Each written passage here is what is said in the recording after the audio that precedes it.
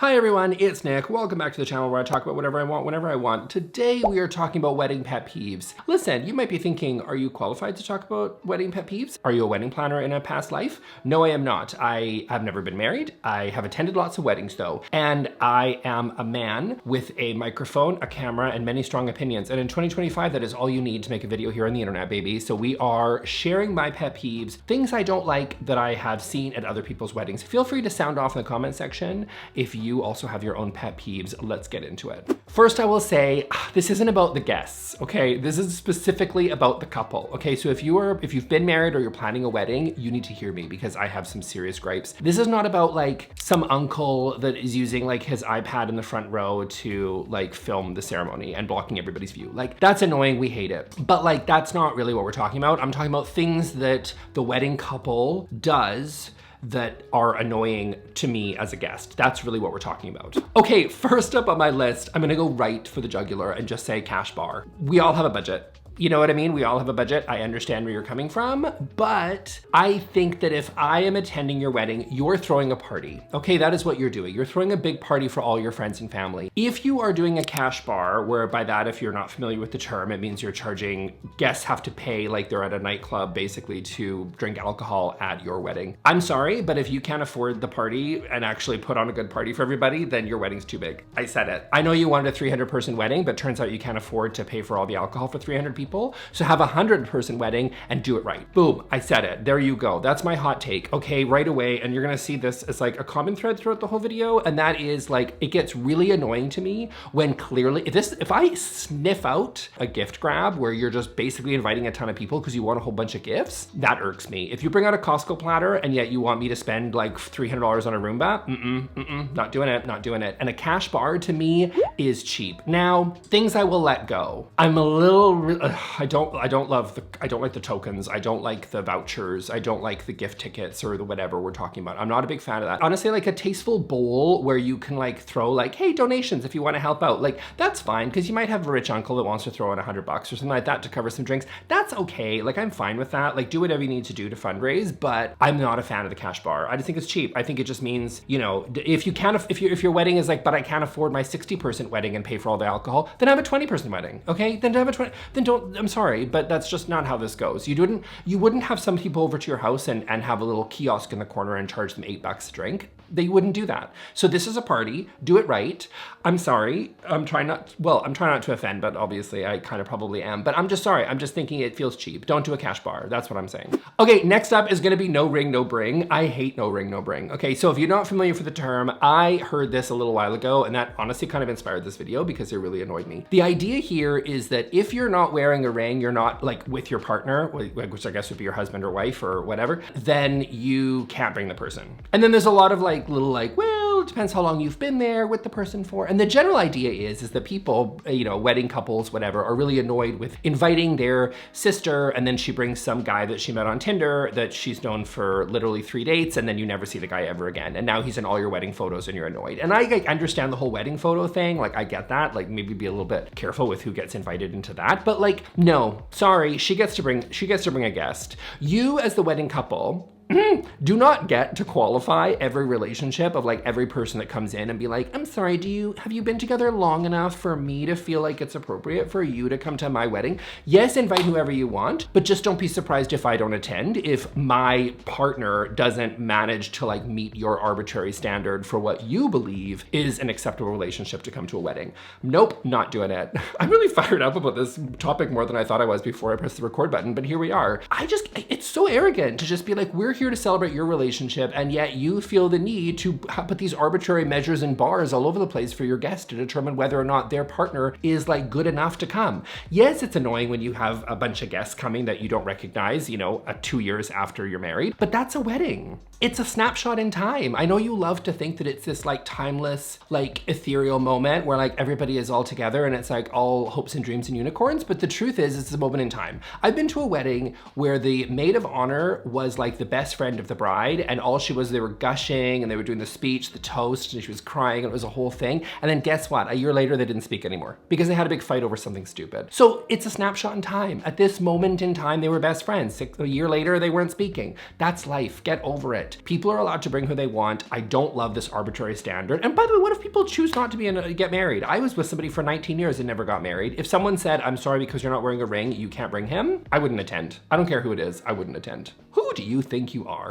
Okay, next up on my list is gonna be pet peeve, wedding pet peeve, is gonna be a long wait time with no drinks. Okay, you know what, I understand. Let's talk logistics here. I'm not a wedding planner, as I said from the top of the video. I don't really know what I'm talking about, but I do know this. Let's say you like have the ceremony and you all walk in and it's like, oh my God, he turns around, he cries because the bride walks in and oh my God, it's so magical. And then he cries, whatever. And then obviously they can't do the first look. Well, people do their own little first look on the side. I don't know, people can do what they want. But let's say the first time he is seeing her, and I'm not gonna gender things. Let's say the first time the couple is seeing each other, it's like a magical moment. They wanna do that with everybody there. Cool. But now you're waiting on the reception. And that can take a while because now you gotta do photos and people gotta set up and blah, blah, blah. Give your guests drinks. I will tell you, the weddings that I've been to where they're like, drive all the way in some country club, 45 minutes away or an hour and a half from my house or something. And they're like, please attend the wedding ceremony, whatever it is, I don't know, 1. And then they're like, and then ceremony done at 2:30, and you're at a country club or a church or whatever. And they're like, cool, make yourself like comfortable going to the mall for 3 hours while we do our wedding photos, and then we'll see you back here.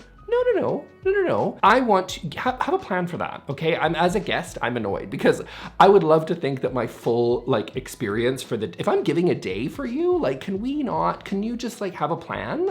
I'm not asking for much. I'm just saying, give me a little tiny little table with a cocktail is all I'm saying. And you can like make that a whole thing. But don't just like disappear and make it all about you for a couple hours and leave the guests out in the cold to do absolutely nothing, but sit and make small talk with your aunt or something. Just give us a cocktail. We're not asking for much, and shove us in a corner and we're happy. Okay, next wedding pet peeve is gonna be like the Garter Belt ceremony. I hate this. I am viscerally uncomfortable. I am uncomfortable just thinking about this right now. My skin is crawling. If you're not familiar with what this is where, and this is usually a gendered thing. I've never been to a same-sex marriage and like seen this. But anyway, this is where the bride like has a garter belt up the top by her thigh. I don't know where it is. And it's up there. And the groom like has to like go and get it while some creepy uncles are always like cheering. They're the only ones interested in this. They're the only ones that want to see this. And essentially, let's be real about what we're looking at. We're watching a deflowering of the bride, and like she's also 36, so like the jig is up, like we know where we're at here, but like we're watching this. Why are we watching this? Like, I don't need to see this in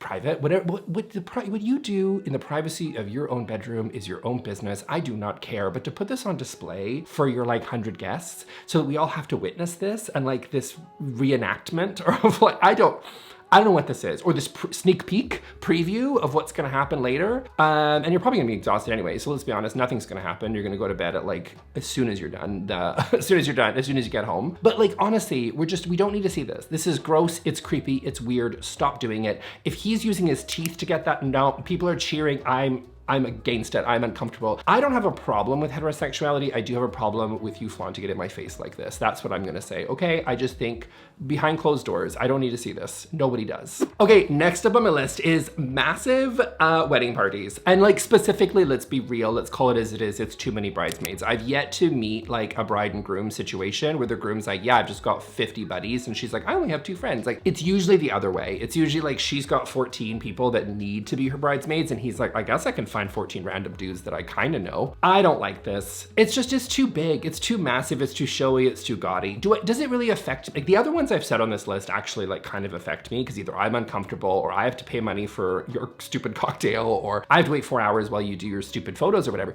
But like, it doesn't affect me at all. I just think it's really tacky and you should just like curate down to like your top 4. Like we all have your top 4. Like no one believes that you have 14 people in your sorority that you like can't possibly say no to. Like we all know that you have like 4 friends. So just pick your favorites and move on. Okay, next up in my list this is niche, but I'm just gonna say this. And that is like, I hate that everything, like the wedding parties and everything is so gendered. Here's why I'm annoyed by this. Tough talk, straight people. I don't think you realize how gendered weddings are. And I know, yes, you got the male, female and whatever. And this is not meant to be like a plight of gay people situation. Like, we have gay marriage, woo. But I'm not saying that. I'm just saying, like, everything is so gendered. Like, you've got the, like, she's got her stuff and he's got his stuff. And like, you have the bachelorette parties and the bachelor parties, and it's boys go with boys and girls go with girls. And I'm just saying, it's 2025, mix it up. I have met a lot of really like liberal, modern women, but on their wedding day, they're like, but I want to be a pretty princess. And it's like, okay, I get you can get what you want and invite whoever you want, but I just get really annoyed when people are so stuck in this idea of like, we have to stick to the gendered boys, girls go with girls thing. Unless obviously the bride and groom. Like, it's just, pick who you want as a groomsman, like, or as a bridesmaid. Like, it doesn't matter anymore. It's 2025. Why are we doing this? I am really annoyed because this is what happens to me, you guys. This is why it's personal. I get invited to weddings where I'm clearly better friends with the girl. I'm not naming names, but then they're just like, I get invited to the bachelor party. And I'm like, I don't want to go to the bachelor party. Like, can I not? What are you guys doing? What are you guys doing? Are you guys doing something cool? Like, what are you up to? I mean, sometimes bachelorette parties are also irritating and I don't want to go, but like sometimes it's like, I kind of want an invite. And it sucks that because of your gender, you get slotted into stupid parties you don't want to go to. Here's another example. I had a wedding that I was supposed to attend, and there was 3 girls and me, and the 4 of us were friends, okay? Here's the situ. And I was better, one of them was getting married, clearly. That's why this story is relevant. And she's getting married, and what happens? I'm always better friends with her. Like, I was way better friends with her than she was with the other 2 girls. But guess what? The 3 of us get our wedding invites. These 2 are asked to be bridesmaids, and I am a guest. Whatever. And it's clearly driven by gender. It was just because she was like, yeah, I'm just gonna pick the 2 bridesmaids and I'm not gonna pick you, even though I'm clearly better friends with her. Now, long story, but the wedding didn't end up happening. I know, I'll save that for later. But like, it was a whole thing, but it was like, why? Why can't I come? Why can't I come? Why can't I stand next to you instead of these other 2 girls just because, you know, they're women? I just think it's stupid. Stop gendering everything. Just pick who you want and work with the people that you actually care about, not necessarily just because they fit some idea of like balanced gender, whatever.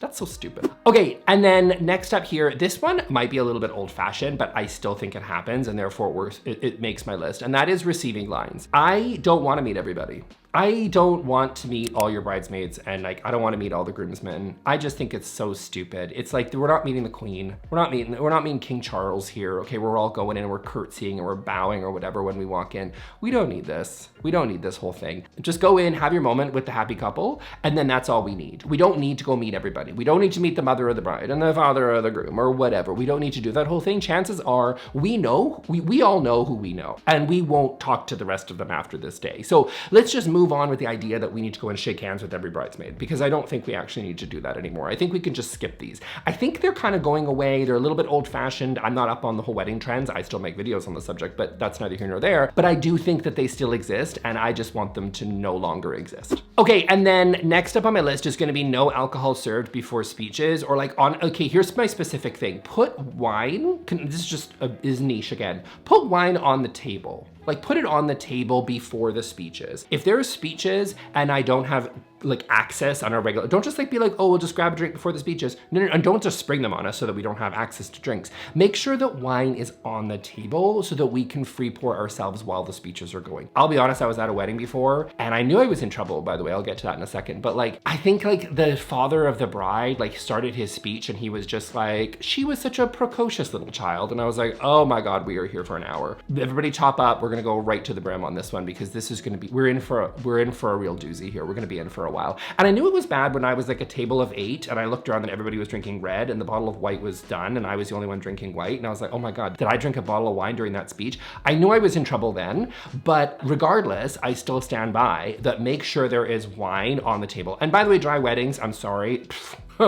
No, that's not a thing. Like, that's not a thing. That's not, no, we all need a little drinky poo to sort of survive the day, okay? So that's not even negotiable. But not only that, but make sure there's a open bar, we talked about this, and access to wine on the regular while speeches are occurring. If I've got to sit and listen to what the bride and the maid of honor to sit and talk about what she was like in college, if I have to go and listen to all that, I'm gonna need a drink to get through it, okay? I'm not an alcoholic, but I am saying it's nice just to I drink more out of awkwardness. Do you know what I mean? Like I'm like, well, I do my little small laughs when I'm supposed to, even though it's not funny. I just like a little sip just to get me through. It's a coping mechanism. So I appreciate that. Thank you so much. So that's it for me today, guys. I hope you really enjoyed this video. This was our little rant on weddings. Sound off in the comment section. Let me know what you think. And by the way, I'm going to link here to my Costco etiquette video because I've been to Costco recently and y'all didn't listen. So I think you guys should check that one out and make sure to study it and take copious notes. And I will see you all in the next video, whenever that's going to be. Who knows? Okay, talk to you later. Bye.